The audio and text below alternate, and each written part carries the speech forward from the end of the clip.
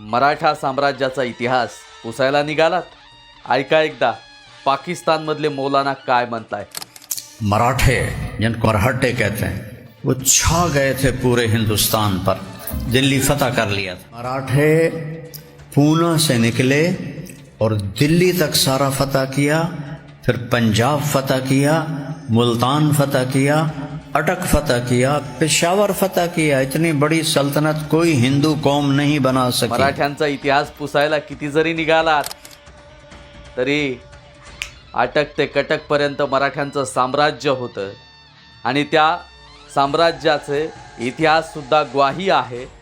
आणि दुसरीकडे पाकिस्तान सुद्धा सांगतो मराठ्यांचं शौर्य, मराठ्यांनी आपल्या जोरावरती कुठल्याही शाहीची गुलामी करण्याचं काम छत्रपती शिवरायांनी पत्कारलं नाही। ते स्वराज्य दिल्लीला धडकवण्याचं काम सुद्धा छत्रपती शिवरायांच्या मावळ्यांनी केलं आणि याचा गर्व संपूर्ण महाराष्ट्राला आहे।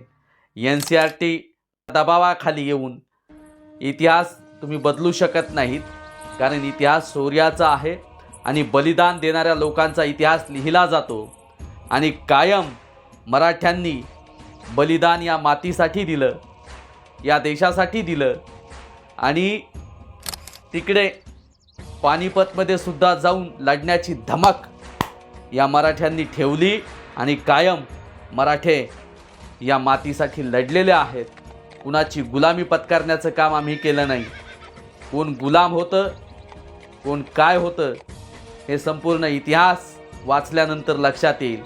कुणाची तुलना आम्ही करत नाही, कुणाची निंदा आम्ही करत नाही, पण आमचा इतिहास पुसण्यासाठी जर कुणी पुढे येत असेल तर त्याला सुद्धा त्याची जागा दाखवल्याशिवाय आम्ही थांबणार नाही।